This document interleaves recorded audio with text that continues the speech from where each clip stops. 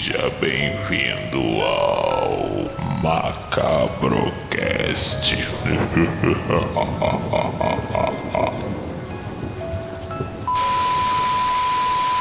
Boa noite, família do Terror Macabro. Espero que esteja tudo bem com vocês. Quem tá aqui de volta é o Peterson, com mais um tema maneiro de terror escolhido a dedo para vocês. E quem tá com a gente essa noite é o colaborador Anderson. Anderson, dá um oi pra galera aí. Fala aí, galera. Boa noite mais uma vez. E como dizia o Arquivo X, a verdade está lá fora. Isso aí. E também quem tá aqui hoje é a colaboradora Camila. Camila, dá um oi pra galera. Fala, família macabra. Vamos começar aí mais um Macabrocast. Essa noite mais assunto sobrenatural para vocês. E eu não sei se vocês perceberam, eu ainda não falei o tema dessa noite. Porque esse tema é uma coisa muito sinistra, que a gente vai entrar logo com os dois pés na porta. Hoje nós vamos falar sobre casos de abduções brasileiras. Cara, tem um caso mais macabro que o outro. Você não tem noção, gente. Nós vamos falar sobre abuso sexual de alienígena. Nós vamos falar sobre o exército roubando alienígena da casa dos outros. Sobre alienígena cabeludo, alienígena gigante. Cara, os casos mais loucos que eu já ouvi falar sobre alienígena são os casos brasileiros. Espero que vocês estejam preparados. E para começar já com tudo, Anderson, o que você tem para contar pra gente desse caso sinistro, desse tal de Vilas Boas? Cara, esse caso aí é considerado aí, né, por muitos aí, um dos primeiros casos, né, nacionais aí. E é um caso surpreendente porque ele é extremamente detalhado. Ele é tão detalhado que dá a impressão que a pessoa viu um filme e contou tudo o que aconteceu ali, de tantos pormenores que esse caso aí aconteceu. E esse caso específico é do Antônio Vilas Boas, né?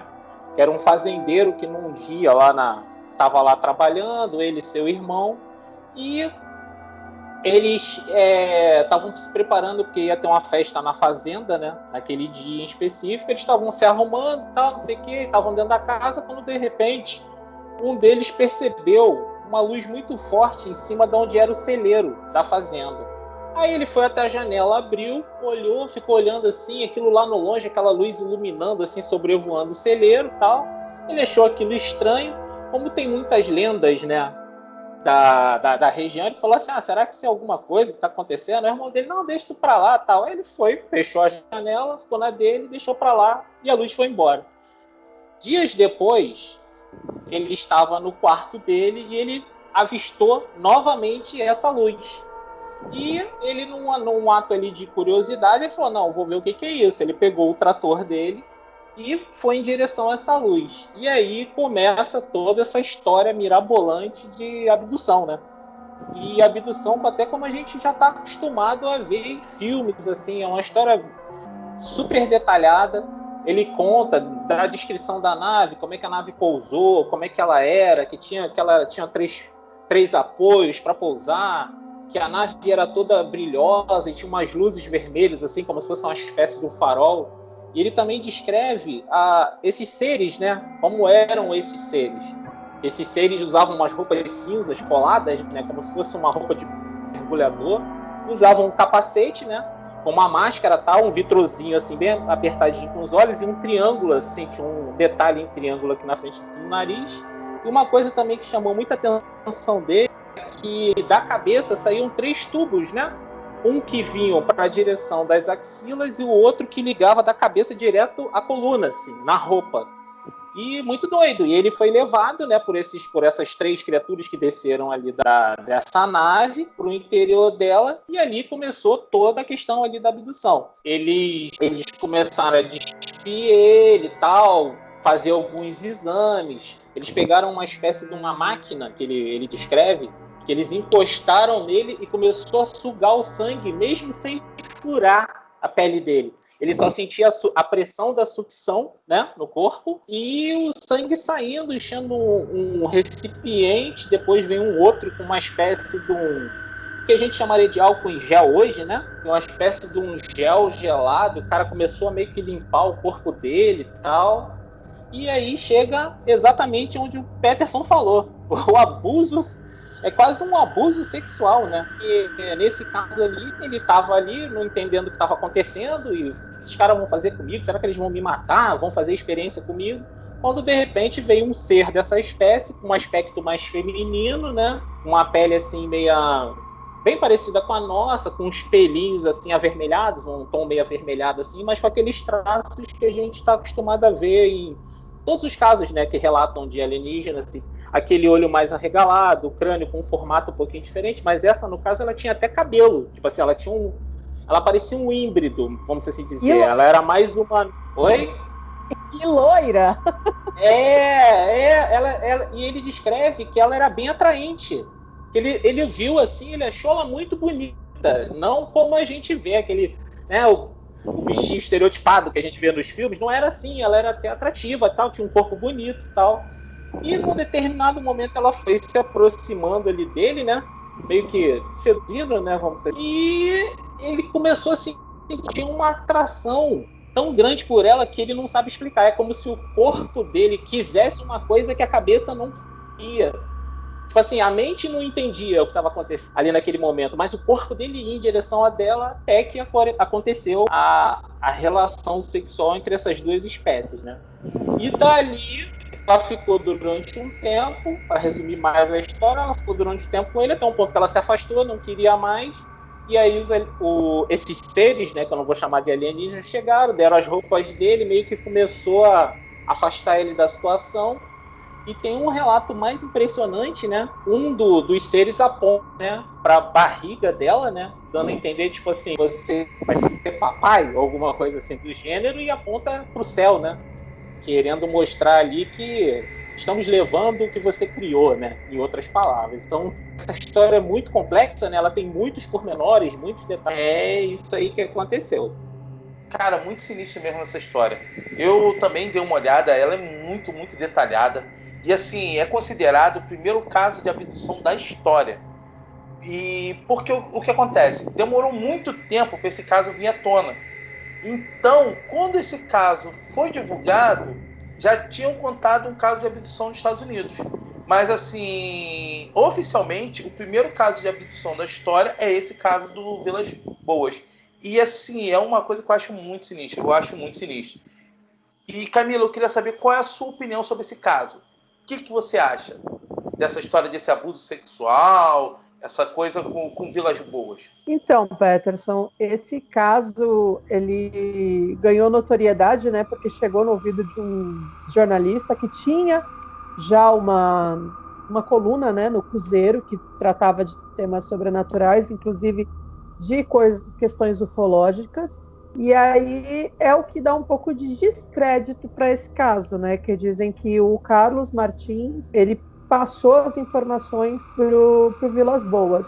Só que tem como, né? Não tem como a gente acreditar nisso, porque uma pessoa que mexia com agricultura, ele era bastante simples. Estamos falando ainda de 1957, então é muito antigo isso. O caso só tomou notoriedade porque chegou na mão desse jornalista, né? Porque senão talvez a gente nem soubesse que esse caso ocorreu no Brasil. Então, que nós temos o primeiro caso de abdução.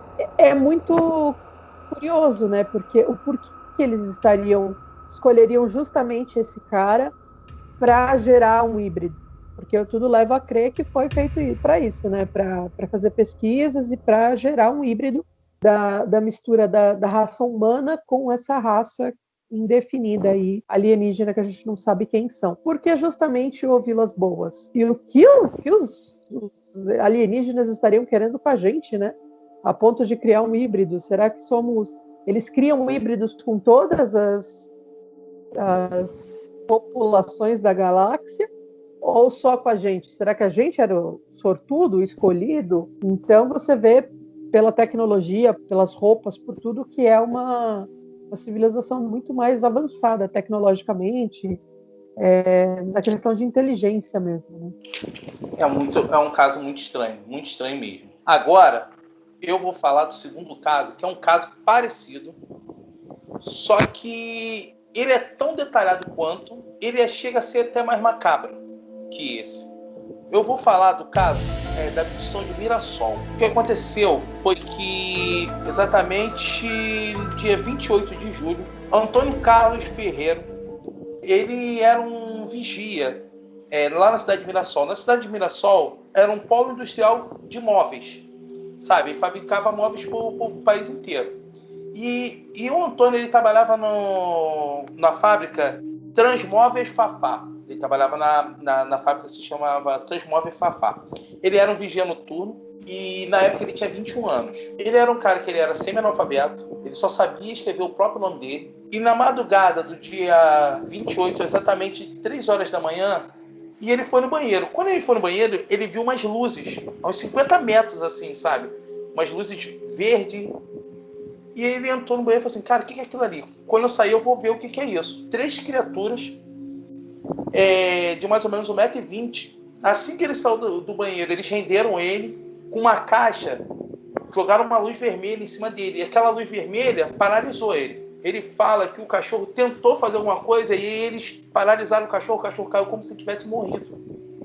Ele fala que ele foi levado para a nave como se estivesse flutuando e ele conta assim, todos os detalhes do que aconteceu com ele. Essas criaturas, eles tinham na base de 1,20 m, eles estavam com as roupas brancas, mas na época ele nem sabia que é isso, porque ele, além de ser uma pessoa que ele não tinha conhecimento nenhum, ele trabalhava à noite, então ele dormia o dia todo. E na casa dele não tinha televisão na época.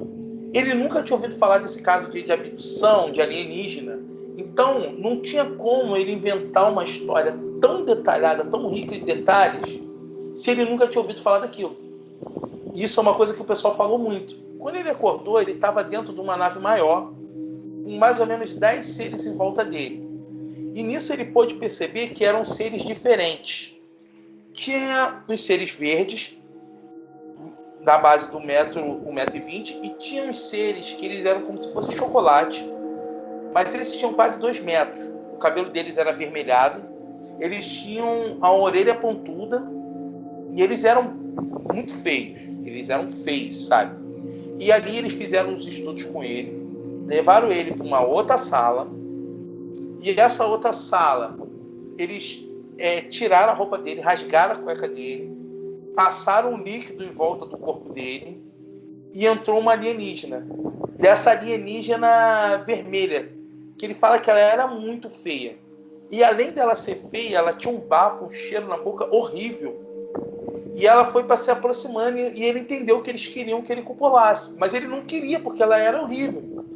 E assim, ele foi, empurrou ela, os outros seguraram ele e vieram e deram tipo uma injeção no braço dele.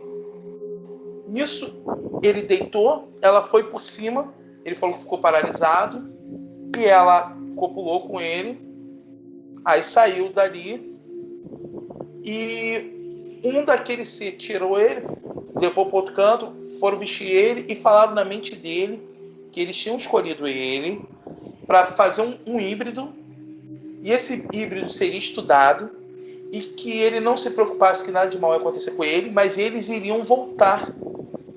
E quando eles voltassem, eles iam dar sinais. E nisso, ele apagou. Quando ele acordou, ele estava do lado do banheiro. E assim, ele foi abduzido 16 vezes. E os amigos dele falavam que era assim, ele estava conversando com os amigos, de repente ele ia no banheiro, sumia, aparecia 200 metros com a roupa toda esfarrapada, sabe? Às vezes, uma vez relatam que viram uma luz verde e o pessoal correu, quando chegou lá ele já não estava mais, ele foi aparecer 300 metros, 2, 3 horas depois. E nessa primeira abdução ocorreu 3 horas da manhã, quando ele voltou já era 5. E quem falou, isso só chegou ao povo porque Martial Pires foi quem investigou e divulgou. E ele escreveu até um livro, junto com um ufólogo americano. E esse rapaz, ele sofreu hipnose. E quando ele sofreu hipnose, ele contou a mesma história em todos os mínimos detalhes. Ou seja, em momento algum ele estava inventando, estava mentindo. E agora eu quero saber da Camila. Camila, qual é a sua opinião em relação a esse caso? Então, Peterson, esse caso também é bastante intrigante, mais do que o Vilas Boas, porque além da riqueza de detalhes, ele foi abduzido acho que 19 vezes, né, ao longo de 10 anos. Inclusive essa nave apareceu para ele uma certa vez, eles não chegaram a pousar, mas ficaram pairando, e na nave ele conseguiu ver a silhueta de uma mulher e de uma criança. Tudo leva a crer que foi a criança gerada nesse dia da primeira abdução dele. Mais uma vez, puxando isso para a tecnologia, né? Tanto no caso do Vilas Boas, quanto nesse caso de Mirassol, eles relatam que os alienígenas utilizaram de meios medicinais, alternativos aí para conseguir a ereção desses rapazes, né? No caso do Vilas Boas, uma fumaça cor-de-rosa com um cheiro enjoativo e hiperdoce, mas que o deixava extremamente excitado. E no caso de Mirassol foi uma coisa assim mais agressiva, né? Que foi direto uma injeção, né? Mas elas se utilizavam disso. Então você vê que não foi uma coisa por acaso. Os alienígenas estudavam a vítima que eles iam sequestrar, abduzir. Eles vinham munidos de ferramentas para conseguir essa cópula e conseguir esse híbrido.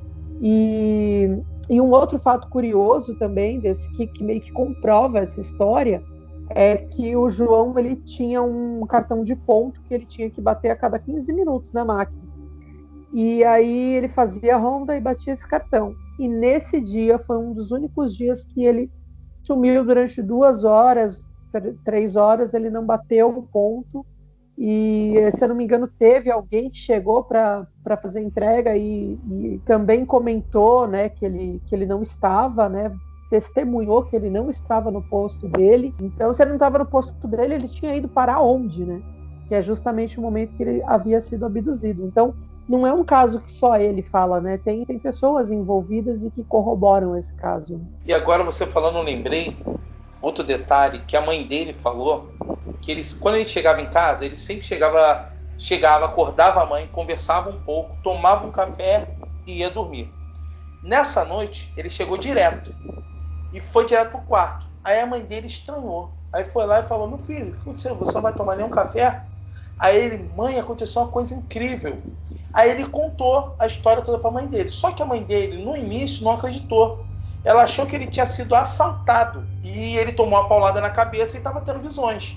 Só que ela ligou lá para a empresa, nada tinha sido assaltado. Ela não tem alguma coisa errada. Ela chamou a polícia. E a polícia foi lá. A única coisa que a polícia falou que viu diferente era um local que estava todo aterrado. Como se tivesse umas marcas lá na fábrica. E uma outra coisa que eu lembrei agora foi de um segurança de uma fábrica de perto que falou que viu luzes em cima dessa fábrica que ele trabalhava. Agora sim, antes de eu chamar o Anderson, eu vou falar.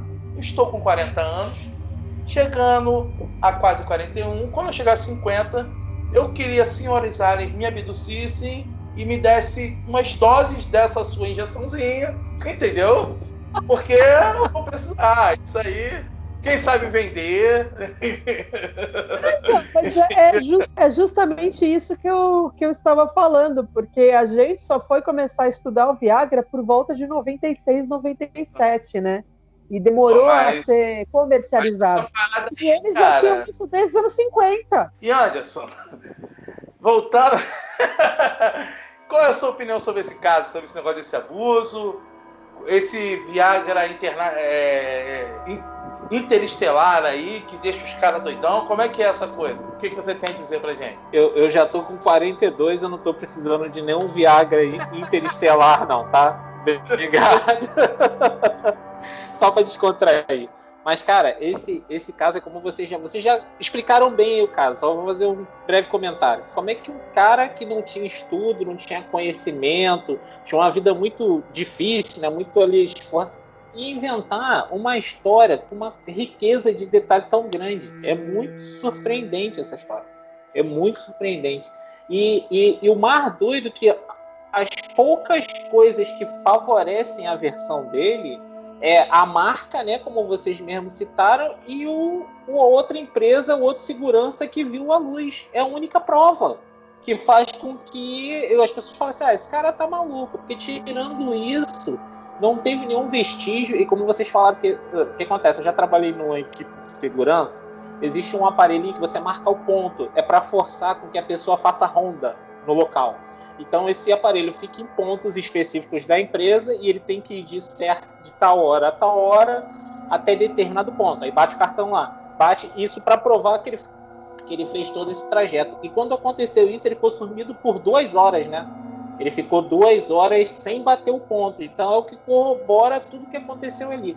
Já no caso do nosso amigo Vilas Boas, ele sumiu por um tempo maior, né? Chegou a 4 horas e pouco, assim, ele ficou bastante tempo. Mas é um caso, assim, bem surpreendente esse. É mesmo. O Anderson, e no caso do João aí, pessoas podem falar, mas ele dormiu, por isso que ele não bateu o ponto, né?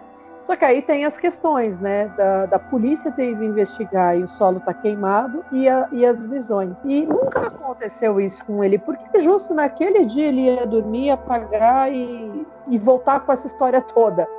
O que ele ganharia para contar toda essa mentira só para cobertar Exatamente, exatamente. E sem contar que nos outros casos teve testemunhas que realmente ele sumia, ele desaparecia de certo local e aparecia em outro local. Isso aí, nos outros casos das abduções dele, tem testemunhas. Inclusive, uma das testemunhas que deve ter ficado bem brava com essa questão de abdução foi a noiva dele, né? Porque ele estava noivo de casamento marcado e veio a nave e falou para ele, você não vai casar no religioso, que para os anos 70 era inadmissível, né? Então, se você não fosse casado no religioso, você não era casado. E ele, as vésperas do casamento, na porta da igreja, praticamente desfez o casamento, falou, não caso na igreja. Então, essa testemunha, ela deve ter ficado muito brava. É que isso aí também é uma coisa muito estranha, que aí já envolve o negócio da religião, não só a tecnologia. Por que dele não poder casar no religioso? Isso também é uma coisa muito... Esse detalhe é bem lembrado. É muito estranho mesmo. E agora nós vamos falar já do nosso terceiro caso, que é um caso muito estranho da Ilha de Caranguejo, no Maranhão. E quem vai falar sobre ele é Camila. Camila, o que você tem a nos dizer sobre esse caso? Olha, presta atenção, esse caso é onde as coisas começam a ficar sinistras, pelo menos aqui no Brasil, que a gente tem relato, né? Então, essa Ilha dos Caranguejos, como você disse, fica no Maranhão aí, a cerca de 75 quilômetros, mais ou menos, da capital, que é São Luís, né? É uma ilha que é um paraíso ecológico, então ela não é habitada. Só quem vai lá são pescadores, catadores de caranguejo, e quem faz a extração de madeira para construção de palafitas, né, que é um meio de residência muito comum ali naquela área. Numa dessas viagens para extração de madeira, estava a bordo de um barco 4 parentes, né, 3 irmãos, que são os irmãos Correia, e um cunhado. E eles fizeram a extração, cortaram cerca de 100 toras de madeira de 3 metros de comprimento cada uma, pegaram uma lata de caranguejo e tal. Estranhamente, eles pegaram no sono. O que acontecia? Eles paravam o barco, a maré ia baixando à medida que eles iam fazendo os procedimentos da corta da madeira e da coleta dos caranguejos, e essa maré subia de novo por volta de meia-noite, 1h da manhã. Só que naquele dia, a maré não subiu até que um dos irmãos acorda, dormiram 2 irmãos e um cunhado dormiram na parte de baixo do barco. E um deles dormiu sozinho na parte de cima, descoberta. E justamente esse irmão que dormiu na parte descoberta, né, o Apolinário, ele acorda com os primeiros raios do sol, e ele ouve um gemido. E aí, quando ele olha, é o cunhado dele, o Aureliano, que estava no convés, com queimaduras. Ele tenta ajudar o Aureliano falando que não estava sentindo os braços, não estava sentindo as pernas. Quando ele chega perto, ele percebe as queimaduras do Aureliano, que foram na parte dos ombros, né? Ele acha aquilo estranho, e o Aureliano fala para ele, o José está morto. O Aureliano tinha muita dificuldade em falar, né? A boca dele mexia, mas não emitia som. Então o Apolinário vai se certificar do que está acontecendo e encontra o José morto, com uma camisa no rosto, Ele está deitado na rede e o corpo dele não tinha sinal nenhum de pancada, de corte, de tiro, e nem queimaduras. A única coisa é que o corpo dele estava extremamente roxo e inchado. E aí ele encontra o outro irmão dele, que era o Firmino. Ele estava com a parte do braço aqui, com a pele toda arrancada, extremamente inchado. Essa parte das costelas com a carne, a pele arrancada, a carne arrancada, extirpada, as costelas à mostra, né? Aquilo era mais que uma queimadura. Ele estava extremamente inchado e devido, acho que a dor, o que ele estava passando, ele já estava em coma. Então o Apolinário se vê sozinho, com um cunhado hiper debilitado, um irmão em coma e um irmão morto. Só que ele não podia tirar o barco dali, porque aquilo é uma zona de mangue e não tinha subido a maré. E isso era 5 horas da manhã quando ele acordou. Ele teve que esperar até 8, 10 horas da manhã, quando a maré finalmente subiu, para ele conseguir tirar o barco sozinho de lá. O barco tinha mais de 15 metros de comprimento e pesava mais de 15 toneladas. E ele tirou aquele barco sozinho de lá. Só que, estranhamente, ele percebeu que as toras de madeira e o caranguejo coletado não estavam mais no barco. O Apolinário consegue levar o barco até o cais mais próximo, que é o cais de Itaqui. Ele aporta o barco e avisa as autoridades do que aconteceu. E a polícia entra no barco para investigar o que aconteceu. Só que não tem sinal de queimadura, não tem sinal de luta, não tem sinal de nada no barco. E isso deixou a polícia com o cabelo em pé, né? O delegado, então, resolve montar uma tropa para ir até a ilha investigar. Só que nenhum dos policiais quis ir. E aí ele pegou um escrivão e também não acharam nada na ilha, nenhum sinal de incêndio, nenhum sinal de nada. Interrogaram, né, o Apolinário. 8 dias depois, o Firmino acorda do coma. Ele relata que a única coisa que ele lembra é de um fogo passando em volta do barco. Mas ele não lembra de mais nada. E com essa versão dele, do fogo, começaram a levantar a teoria de que fosse uma faísca cósmica, né? Que é quando o raio entra na atmosfera e como a água é condutora de eletricidade, o raio bate e causa um fogo que queima o que estaria em volta. Imagina um barco de madeira. Só que essa teoria é muito refutada, porque no caso do Aureliano, ele tinha as queimaduras, mas a roupa dele intacta. No caso do Firmino, ele tinha uma queimadura justamente na nádega direita e a bermuda que estava por cima não estava queimada. Os tecidos que estavam no barco, né, tanto a vela quanto a cortina que separava o convés do porão, também não tinha nada queimado. Então, como que ia queimar a pele dos caras e não queimar a roupa deles? Então, essa tese de faísca cósmica aí foi refutada. Foi aí que começaram a levantar a ideia de ser alienígena. Veio até um pesquisador americano, que ele pesquisou vários casos brasileiros, dentre eles esse do Maranhão. Ele fez uma pesquisa e isso começou a chamar a atenção, né, das pessoas e levantar essa hipótese de que pudesse ser uma abdução alienígena. Eles ficaram com sequelas, né? O Apolinário teve problema na perna e no braço, perdeu a força do braço e não sentia a perna. O Aureliano teve problemas de visão, começou a deteriorar a visão dele, acho que ele chegou à cegueira. E o Firmino nunca mais voltou a falar normalmente. O braço secou, literalmente secou, ficou sem musculatura, só osso e pele. Eles ficaram com bastante sequelas. Agora, o mais intrigante desse caso é que eles deram como morte natural para o José, devido a um AVC, e justificaram lá de alguma maneira para acobertar com algumas coisas científicas assim, né? Não foi ufológico. Só que no próprio laudo médico do IML, da autópsia do José, é indicado que ele teve esse AVC decorrente de um grande choque traumático. Ele viveu algo tão aterrorizante, o nível de medo dele e de estresse foi tão alto que causou o AVC nele. Como que um rapaz de 22 anos morre de AVC? Comprovam na autópsia que foi por algo que ele presenciou, por um grande nível de estresse, um choque. A polícia alega como normal. Na verdade, a polícia nunca conseguiu determinar o que aconteceu, de fato, nesse caso, né? O que deixa mais ainda pano para a manga da ideia de ser uma abdução. E os próprios rapazes, eles passaram por hipnoses, longas e longas sessões de hipnose, e sempre contando os mesmos detalhes que eles recordavam e dizendo que não se recordavam do que tinha acontecido naquela noite. Cara, é muito sinistro, sim. Esse caso é muito estranho. E assim, lembrando, esse caso ocorreu em dia 25 de abril de 1977. E por incrível que pareça, esses casos são casos antigos. Esse caso é muito, muito, muito estranho. E uma coisa assim que eu lembrei, o corpo do José, ele já estava, quando ele chegou, ele já estava em alta decomposição. Ele estava em alta decomposição. E realmente, no laudo está dizendo que ele morreu de susto. Ele morreu de medo. Ele viu alguma coisa tão desesperadora que ele morreu de medo.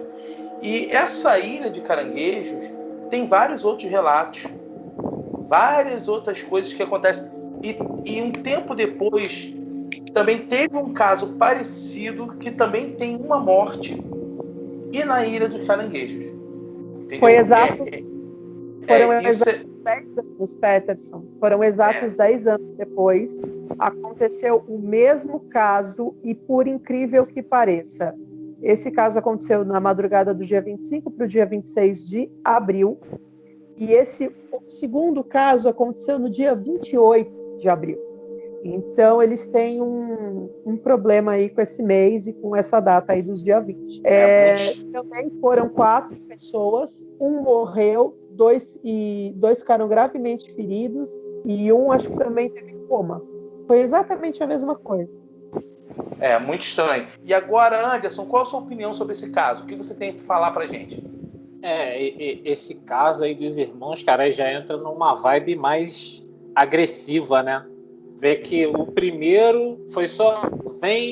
fizeram um pouquinho de força. Esse já começa a ficar uma coisa mais opressora ali, mais agressão, ferir, matar, tipo assim, o nível do contato já é mais agressivo do que os anteriores, né?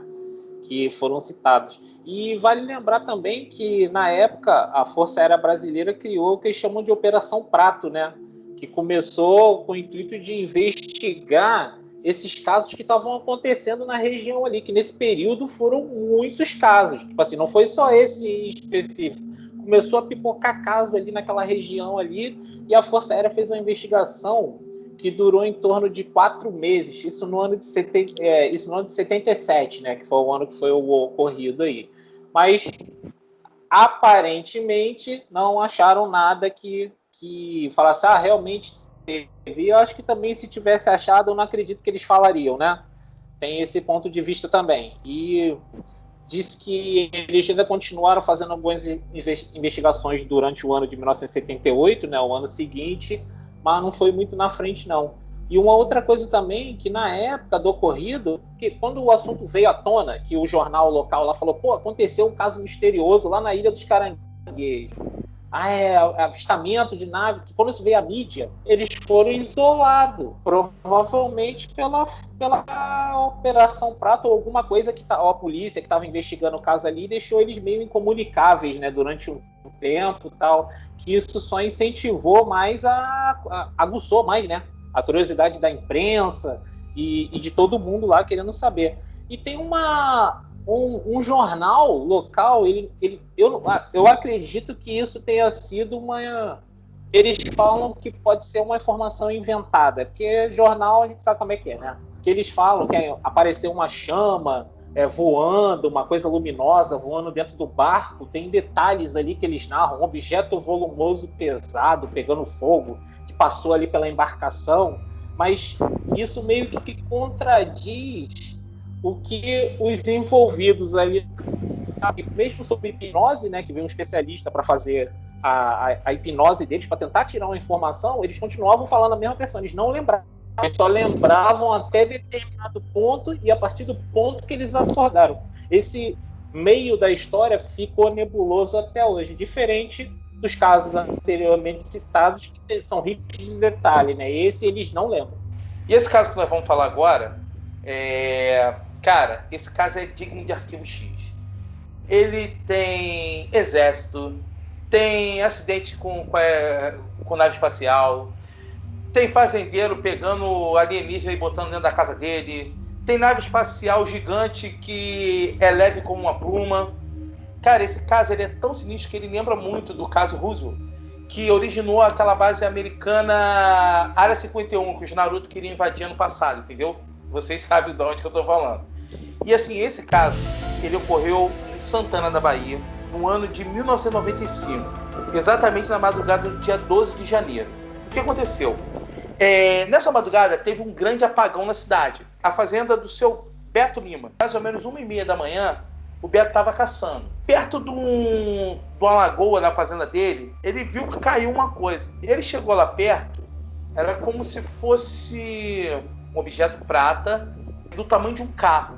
E ele pegou uma madeira e foi trazer aquilo para perto dele. E nisso que ele trouxe para perto dele, ele viu que saíam os fluidos. E ele viu que estava aberto. Quando ele olhou, tinha 2 seres. Um ser era todo peludo, com garras, lembrava muito uma preguiça, um bicho preguiça. Ele estava bem ferido. Ele pegou esse ser e lá dentro tinha um outro ser de 1,20 m, com um rosto que parecia o rosto de um bebê. E esse ser aparentava estar morto. Ele pegou esses 2 seres, botou no coisa e pegou a nave. E uma coisa que ele ficou... A nave, apesar de ser grande, era muito leve, como se fosse uma pluma.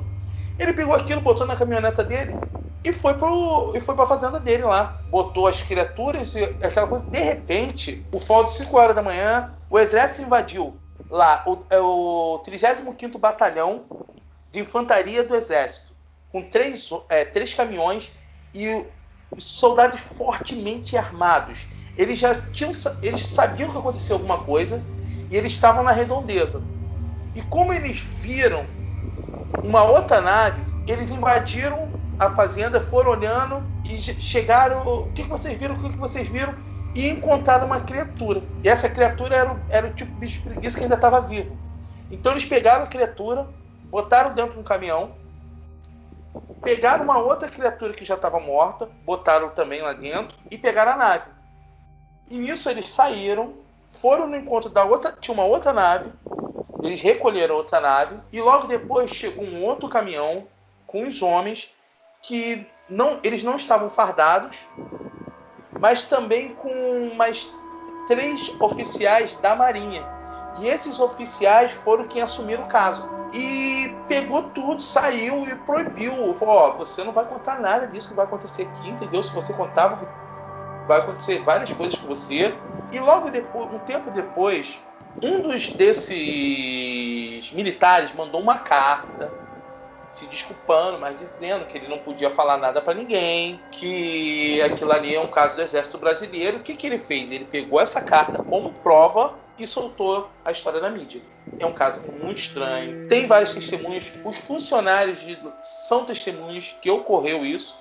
O Exército Brasileiro nega veemente, fala que nada disso aconteceu, mas essa carta desse oficial prova que é exatamente o contrário.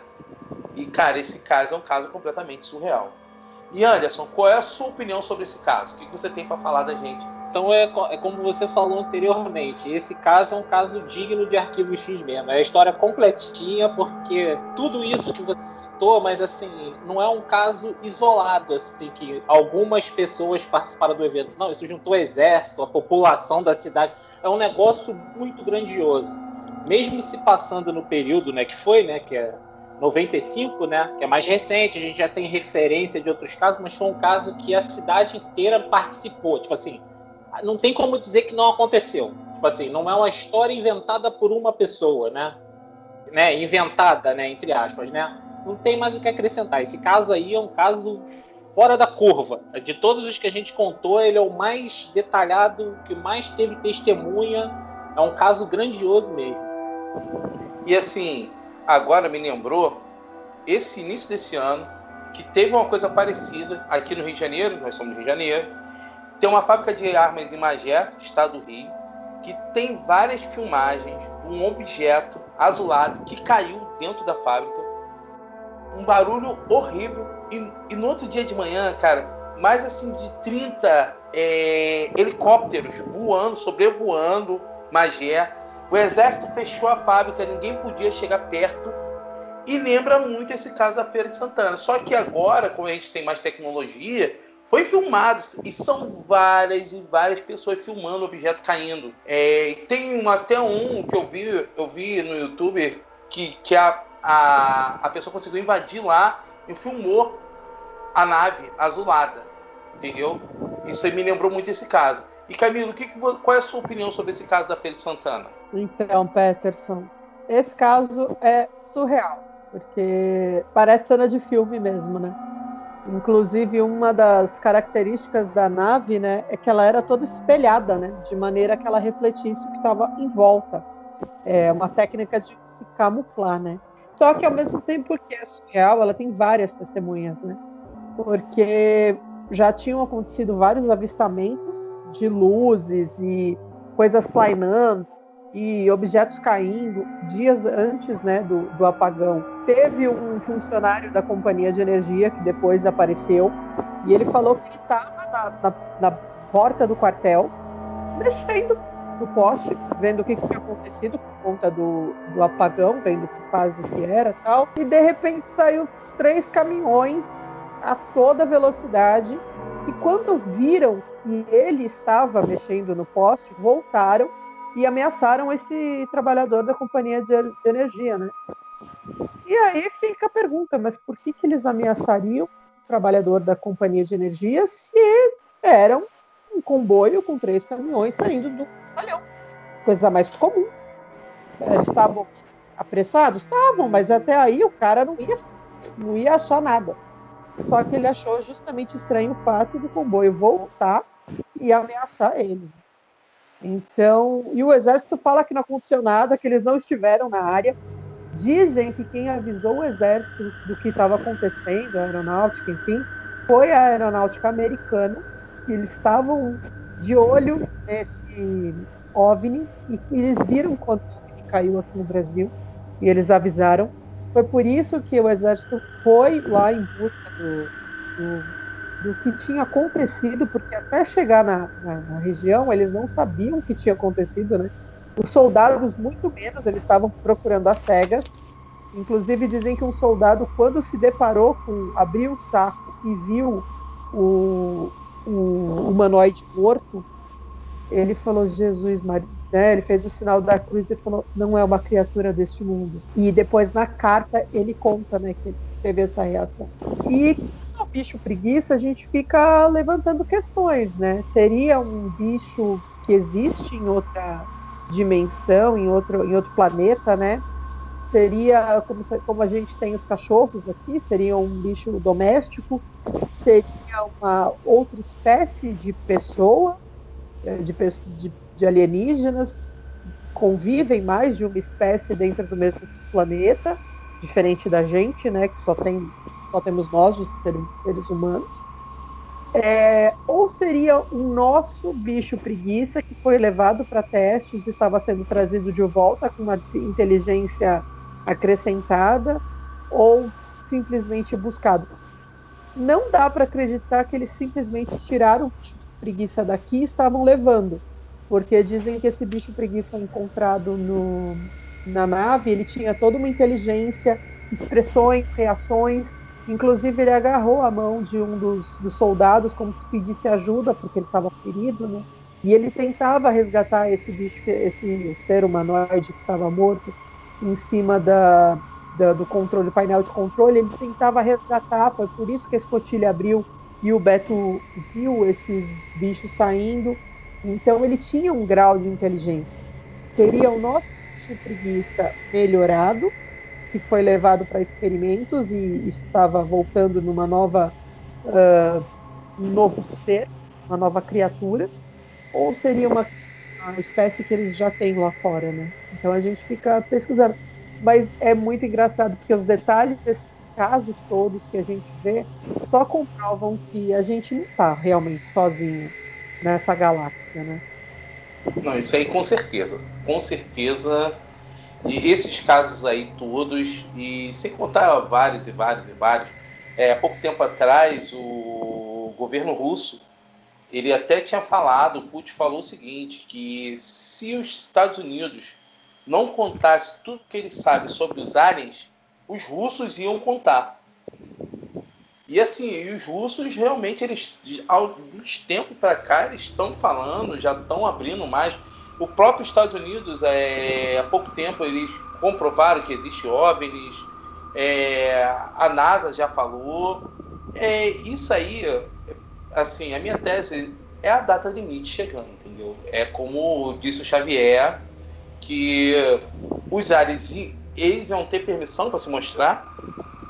E, cara, eu não lembro em 40 anos ter tanta notícia de avistamento de aliens como esse ano de 2020. Eu não lembro. Pelos barulhos, né, que todo mundo começou a ouvir ao mesmo tempo.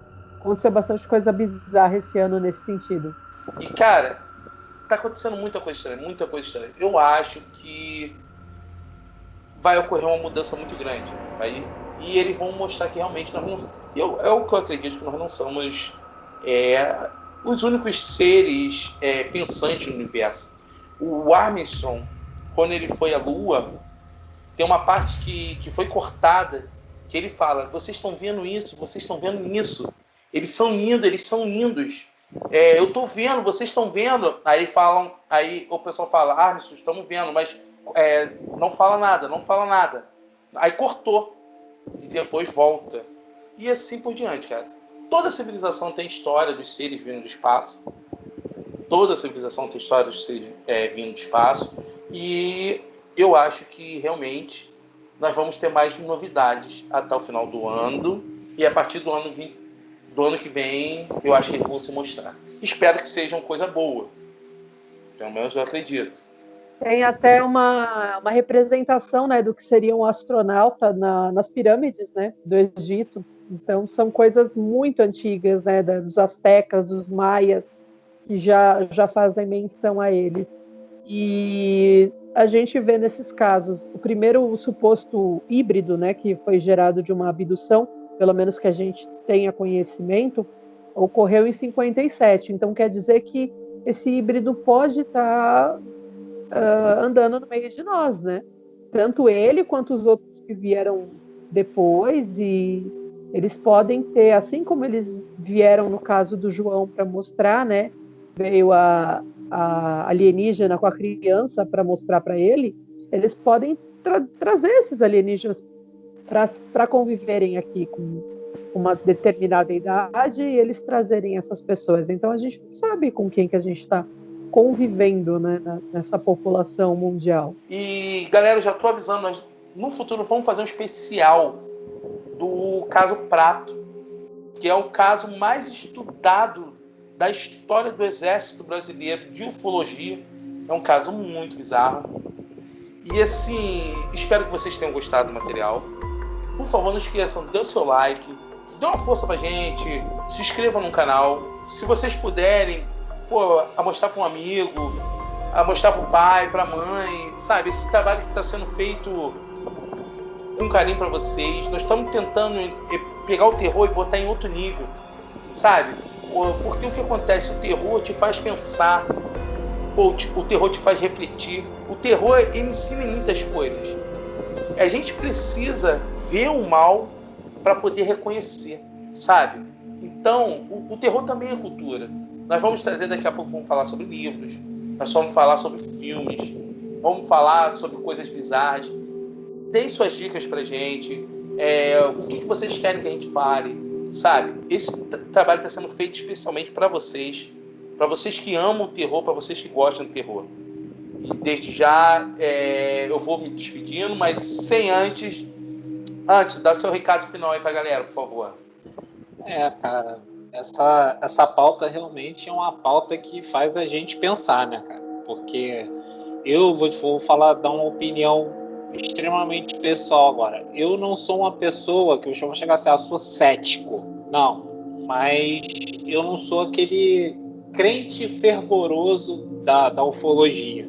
Mas os casos que a gente citou aqui não tem como não fazer a galera refletir e pensar assim, seria muito egoísmo a gente achar que nós estamos só nós aqui na Terra, porque essas histórias são extremamente surpreendentes.